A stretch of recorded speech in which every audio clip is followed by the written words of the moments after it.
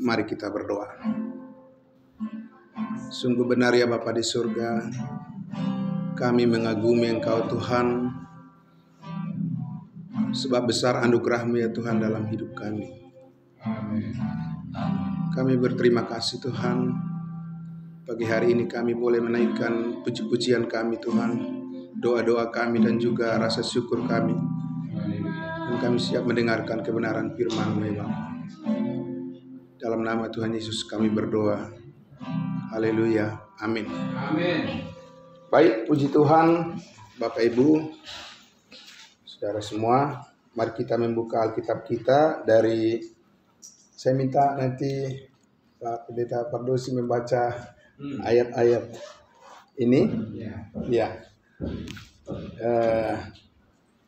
Kebetulan lupa saya membawa kacamata, jadi ya, bisa jelas melihat nih. 1 Korintus pasal 15. Terima kasih Pak. 1 Korintus 15. Iya. Kita sebelum dibaca, kita masih dalam suasana Paskah, di mana kita memperingati akan kebangkitan Yesus Kristus. Sebelum juga nanti di bulan Mei ada juga hari khusus untuk merayakan kenaikan Yesus Kristus. Dan pada pagi hari ini saya mengajak kita untuk melihat rasa syukur kita kepada Tuhan oleh karena kita diberikan tuntunan firman-Nya untuk memahami, memaknai akan kematian dan kebangkitan Yesus Kristus Tuhan kita. Kita akan membaca dari ayatnya, saya minta tolong dibaca ayat 1 dulu Pak. Ya. Ayat 1. Ya. Ya. Judul Lembaga Kita Indonesia, Kebangkitan Kristus. Iya, kebangkitan Dan Kristus. sekarang, saudara-saudara, aku mau mengingatkan kamu kepada Injil yang aku beritakan kepadamu dan yang kamu terima, dan yang di dalamnya kamu teguh berdiri. Amin. Bapak Ibu Saudara yang dikasihi Tuhan Yesus, tentu kita ada berpelayanan sampai saat ini adalah karena ada satu misi yang besar yang Tuhan percayakan kepada kita, bagaimana kita menyampaikan kabar baik. Injil adalah kabar baik, kabar sukacita. Banyak kabar baik di dunia ini yang oleh masing-masing orang menganggap itu adalah kabar baik, tapi bagi kita kabar baik hanya satu, yaitu berita Injil tentang Yesus Kristus Tuhan kita. Nah, Bapak Ibu sekalian, tentu banyak yang kita bisa dengarkan dan pelajari tentang Yesus Kristus Tuhan kita, ya, sebab Dia adalah Allah. Meskipun banyak orang mempersoalkan atau menolak apakah Yesus Allah atau hanya manusia saja. Nah, itu menurut saya hanya rupa-rupa permainan palsu oleh kelicikan iblis yang menyesatkan, yang ingin membelokkan berita kabar baik tentang Yesus Kristus. Bagi kita tentu saja ya apa yang dikatakan Alkitab itulah yang menjadi pegangan kita, bahwa ya Yesus Kristus Dia adalah manusia, Dia juga adalah Allah itu sendiri. Nah, Bapak Ibu Saudara, nah kabar baik tentang Yesus Kristus ini bertumpu kepada kematian, penguburan dan kebangkitannya. Dan kita lihat di ayatnya yang ketiga. Silakan Pak, boleh dibaca. Sebab yang sangat penting telah kusampaikan kepadamu, yaitu apa yang telah kuterima sendiri, ialah bahwa Kristus telah mati karena dosa-dosa kita sesuai dengan kitab suci. Amin. Bapak Ibu Saudara, Rasul Paulus tidak pernah bertemu secara jasmani dengan Yesus Kristus. Kalau Petrus, Yohanes, Yakobus, iya, mereka bertemu secara kasat mata, secara manusia dengan Yesus Kristus. Tetapi penulis kitab ini, Rasul Paulus, dia bertemu di mana dengan Yesus Kristus, Bapak Ibu Saudara, sehingga dia mengatakan sebab yang sangat penting, bukan hanya penting di dunia ini, banyak yang penting, tapi ini lebih daripada semua apa yang penting. Karena di sini dikatakan sebab yang sangat penting telah kusampaikan kepadamu, yaitu apa yang telah kuterima sendiri, di mana dia terima dan kapan dia terima.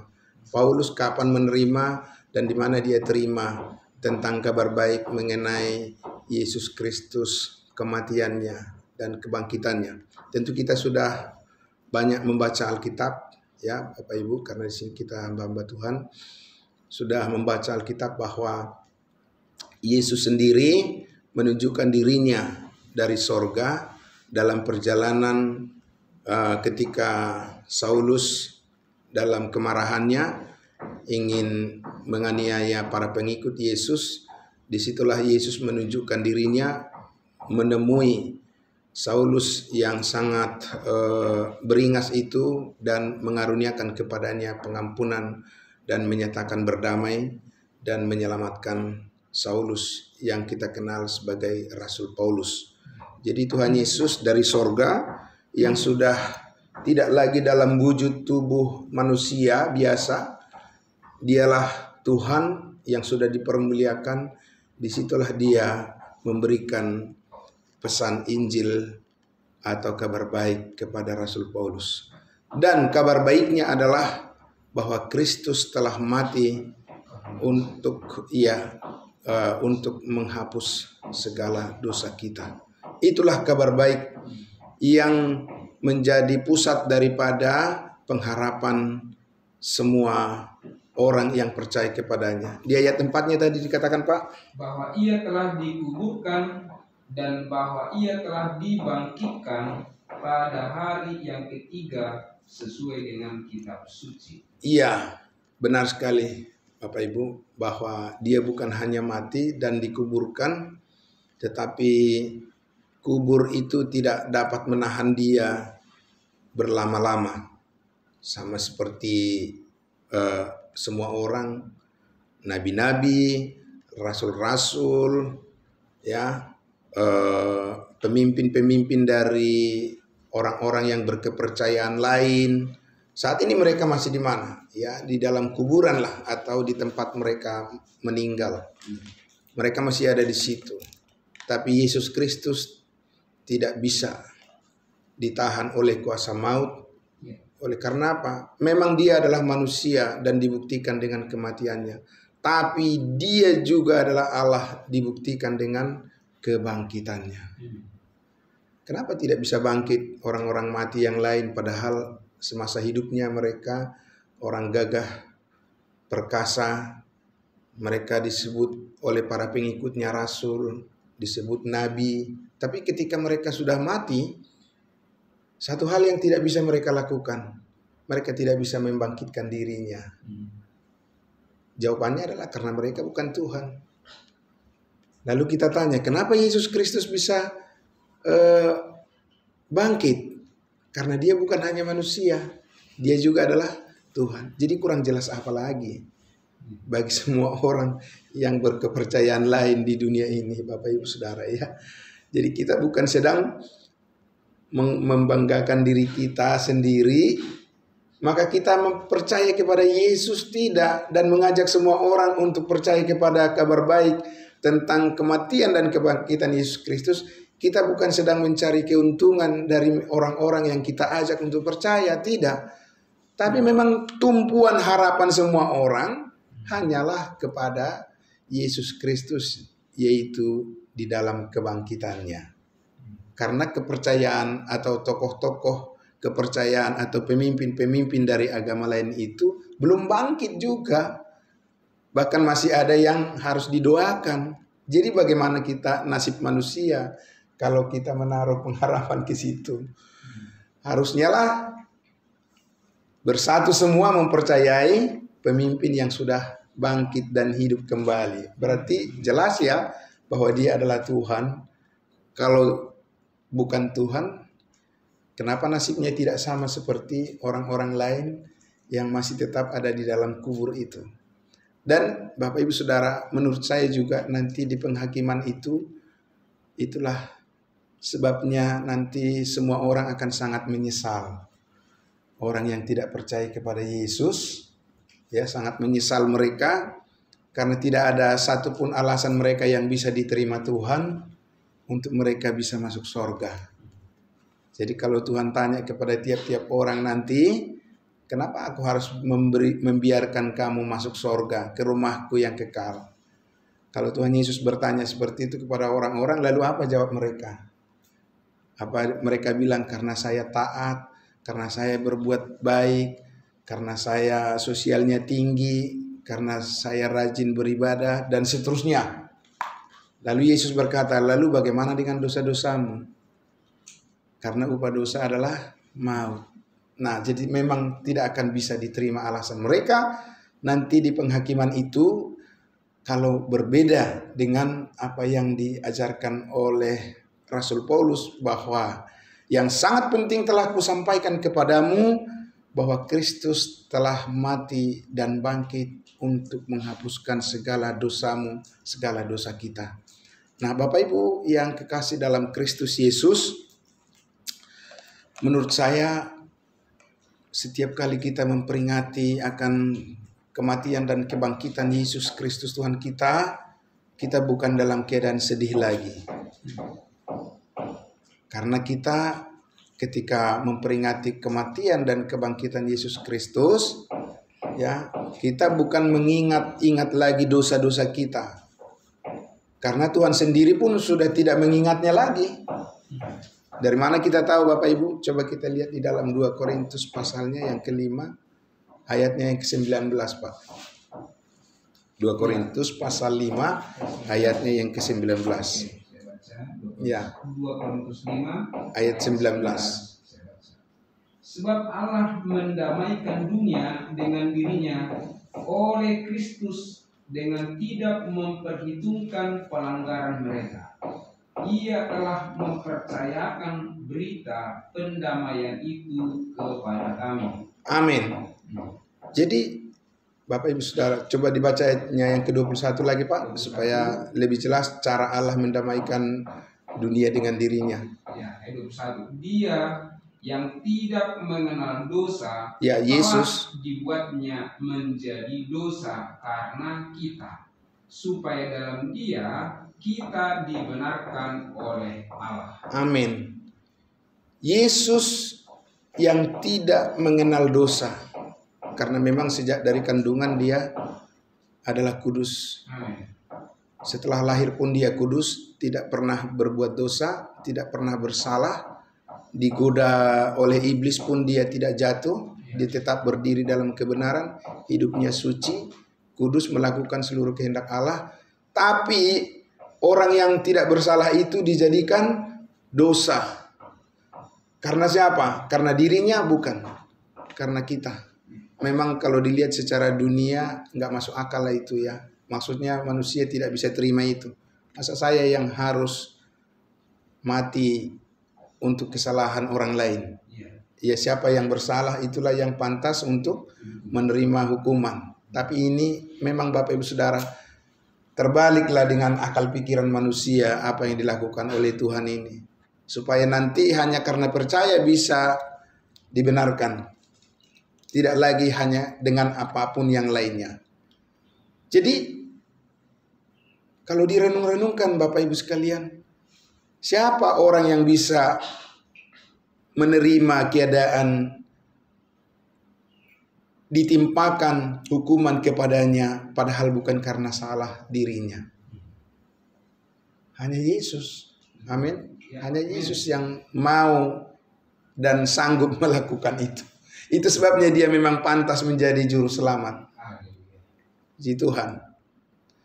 Dia yang tidak mengenal dosa dijadikan dosa karena kita. Karena semua manusia di dunia ini dengan segala macam kejahatan yang dilakukan oleh semua manusia ditimpakan kepadanya. Ditimpa. Orang yang dihukum itu adalah harus ditimpa. Dia menerimanya.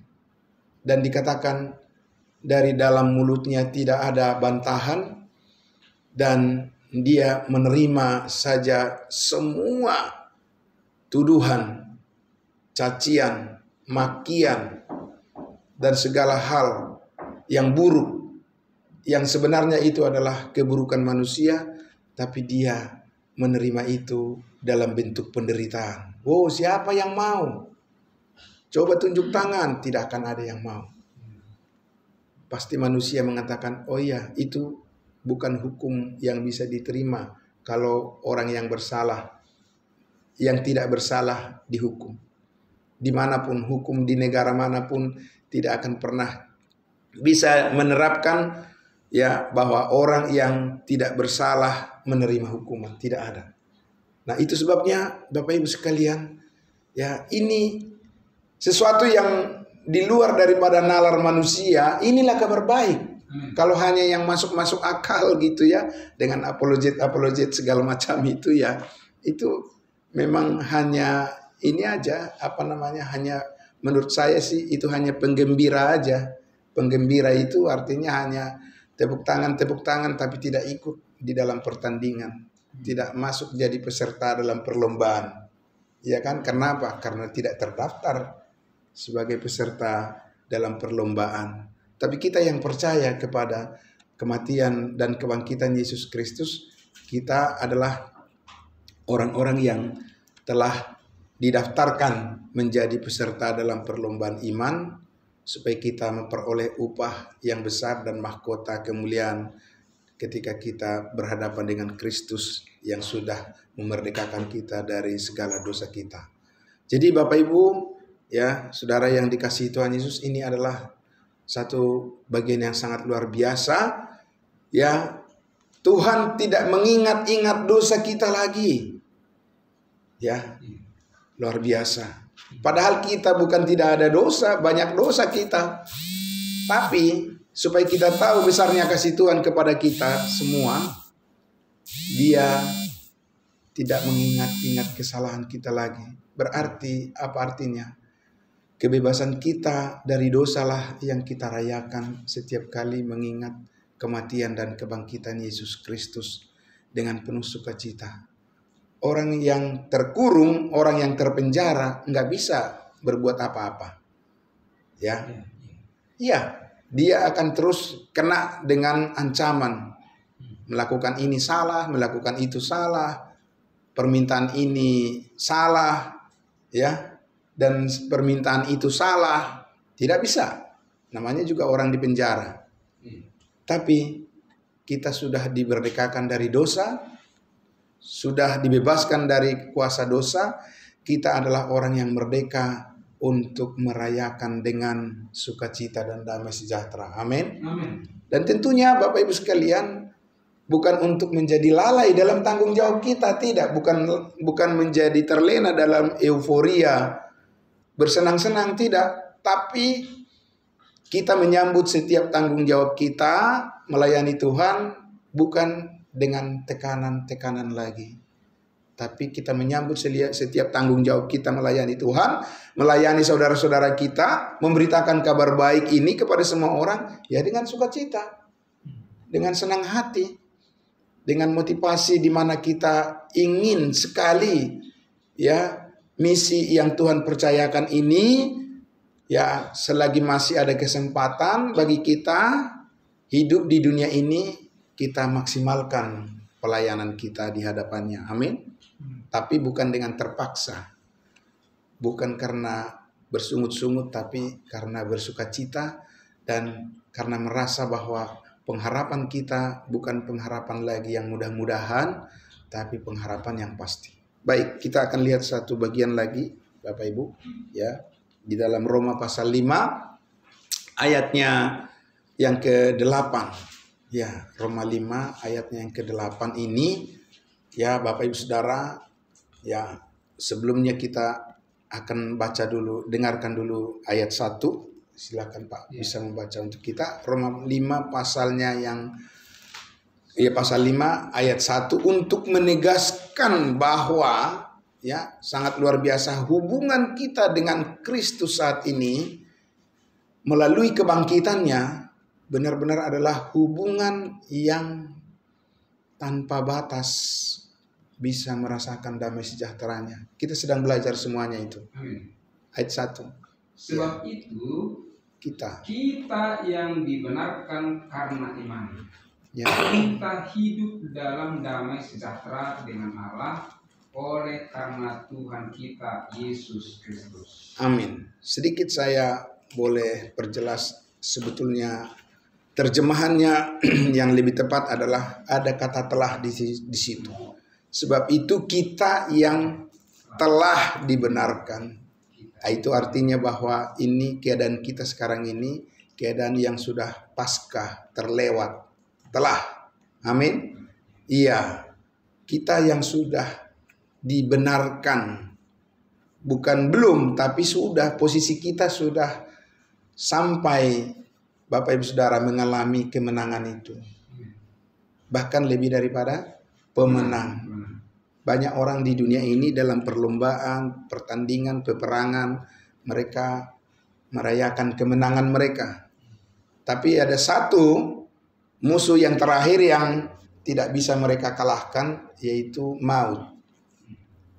Dan itulah yang dikalahkan oleh Tuhan Yesus, maka kita menjadi lebih daripada pemenang. Banyak orang bersorak-sorai, aku menang, juara. Ya, tapi kan kalau mengenai maut bagaimana? Bisa enggak kamu menang? Bisa enggak kamu mengalahkannya? Tidak bisa. Nah, Yesus Kristus mengalahkan maut, karena mautlah kuasa yang terakhir yang tidak bisa dilampaui oleh kuasa manusia, kekuatan manusia, dan itulah yang dikalahkan oleh Tuhan Yesus. Maka kita menjadi lebih daripada pemenang karena Dia bangkit, bukan karena kuasa kita. Dan sekarang keadaan kita adalah hidup dalam damai sejahtera oleh karena Tuhan kita Yesus Kristus. Nah, Bapak Ibu Saudaraku, damai sejahtera ini diteguhkan, kita lihat di ayat yang ke-8, ya, diteguhkan oleh firman Tuhan. Ayat 8 dikatakan di situ, akan tetapi Allah menunjukkan kasih-Nya kepada kita. amin. Oleh karena Kristus telah mati untuk kita ketika kita masih berdosa. Amin. Itu hubungannya tadi dengan 2 Korintus pasal 5 ayatnya yang ke-19 itu, Pak. Ayat dan 21 itu. Bahwa ketika kita masih berdosa, ya, dan upah dosa adalah maut, ibaratnya jurang yang sangat dalam. Tinggal ditiupkan saja, itu langsung jeblos. Ya, langsung masuk ke kedalaman alam maut yang dimana di dalamnya dikatakan sudah ada api yang menyala-nyala. Keadaan kita sangat kritis. Ya, begitu Bapak Ibu Saudara. Karena dosa itu keadaan kita sudah di pinggir jurang. Tinggal hanya menunggu sedikit saja, ya, ditiupkan oleh angin, itu sudah jatuh terperosok dan sedalam-dalamnya. Seperti orang kaya yang berteriak minta tolong kepada Lazarus itu dari alam maut. Bapak Abraham, suruhlah Lazarus mencelupkan ujung jarinya ke dalam air untuk menyejukkan lidahku, sebab aku sangat kesakitan dalam nyala api ini, kata orang kaya itu. Bapak Ibu Saudara. Dan dia minta, dan Abraham mengatakan apa? Oh, tidak bisa. Sudah tidak ada lagi perubahan. Ya, dari sini tidak bisa menyeberang ke situ, dari situ juga tidak bisa menyeberang ke sini. Hanya di dunia kesempatan untuk bisa menerima kebenaran apakah diselamatkan atau tidak. Kalau sudah selesai lewat dari dunia ini, ya sudah begitu. Kenyataan dua tempat alam yang kekal. Tidak ada perubahan, tidak ada penyucian, api penyucian di situ. Tidak ada. Didoakan pun sampai terbungkuk-bungkuk, tidak akan ada lagi perubahan nasib orang yang sudah mati. Kalau di luar kebenaran, dia akan masuk ke dalam alam maut dan selama-lamanya di sana. Dan kalau orang yang percaya, semasa hidupnya dengan rendah hati dia menerima kabar baik tentang kematian dan kebangkitan Yesus Kristus, maka dia akan mendapatkan penghiburan sama seperti Abraham dan Lazarus dan semua orang yang percaya, dan juga Rasul Paulus dan kita juga, Bapak Ibu Saudara. Jadi ketika orang kaya itu mengatakan, kalau begitu suruhlah Lazarus kembali ke rumah ayahku sebab ada 5 orang lagi di sana. Abraham bilang tidak bisa. Itu konsep yang keliru, itu konsep yang sesat. Ya, di situ ada firman Tuhan. Kata Abraham, baiklah mereka percaya kepada firman Tuhan itu. Puji Tuhan Bapak Ibu Saudaraku yang dikasihi Tuhan Yesus. Ketika kita berdosa, dikatakan Kristus mati untuk kita. Jadi bukan ketika kita sudah menjadi orang baik. Banyak orang di dunia ini, orang beragama, kenapa kamu rajin beribadah? Supaya saya jadi baik, supaya saya jadi orang yang lebih baik. Dan dengan kebaikan itu dia berpikir bahwa Tuhan akan menerima dia di dalam surga yang kekal. Tidak. Kristus mati karena kita berdosa. Kalau kita sudah menjadi orang baik, ya untuk apa dia mati, Bapak Ibu Saudara? Ya biar aja lah semua manusia itu berbuat baik aja lah. Ya kan? Dengan begitu dia bisa mendapatkan keselamatan hidup yang kekal. Tapi tidak bisa. Karena apa? Karena Yesus mengatakan tidak ada yang baik seorang pun, katanya kepada orang kaya yang menanyakan bagaimana perbuatan baik apakah yang harus kulakukan supaya aku memperoleh hidup yang kekal. Yesus mengatakan, karena dia bilang guru yang baik. Yesus bilang, kenapa kau bilang saya baik? Tidak ada yang baik, hanya Allah saja yang baik. Itu artinya apa? Kalau kau katakan saya baik, berarti kau juga harus mengakui saya sebagai Allah. Itu yang Yesus katakan. Nah, Bapak Ibu Saudaraku yang dikasihi Tuhan Yesus, karena itulah di ayat 9 dikatakan, ya, lebih-lebih, amin. Karena kita sekarang telah dibenarkan oleh darahnya, kita pasti akan diselamatkan dari murka Allah. Amin, puji Tuhan. Sedangkan ketika kita masih berdosa saja, Kristus mau mati, menunjukkan kasih Allah kepada kita. Apalagi sekarang, kita sudah dalam keadaan posisi dibenarkan. Amin, Bapak Ibu Saudara. Dikatakan di situ, kita pasti diselamatkan.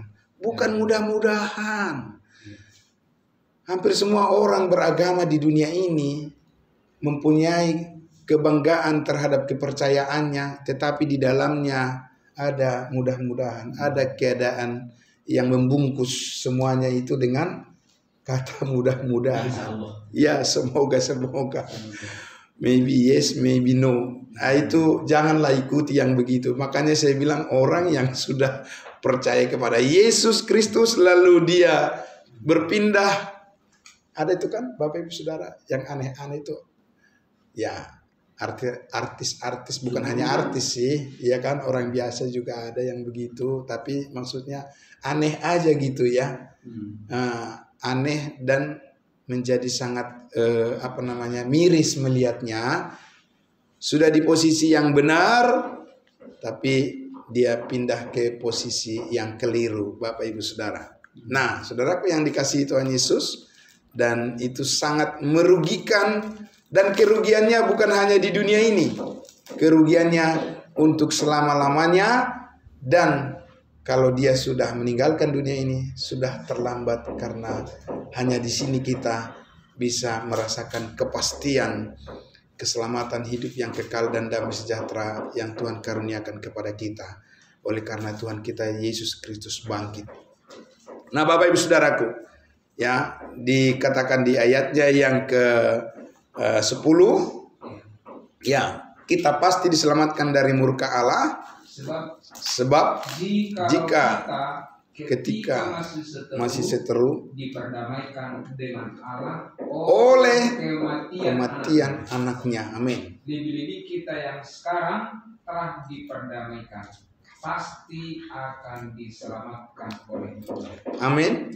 Bapak Ibu Saudara, jadi terlebih lagi kita sekarang yang sudah diperdamaikan oleh kematian anaknya, ya, kita dikatakan pasti diselamatkan oleh hidupnya. Hidup yang mana, Bapak Ibu Saudara? Tentu di situ bukan berbicara hidup Yesus sebagai manusia lagi yang menyelamatkan kita, bukan. Yang menyelamatkan kita adalah hidup kebangkitannya. Karena hidup kebangkitannya itu adalah hidupnya Allah sendiri. Amin. Ya, hidup Allah mana mungkin binasa. Hidup Allah bukan hidup yang sementara. Tapi hidupnya Allah itu adalah hidup yang kekal, karena Dia adalah Allah yang kekal. Jadi itu di mana disimpan?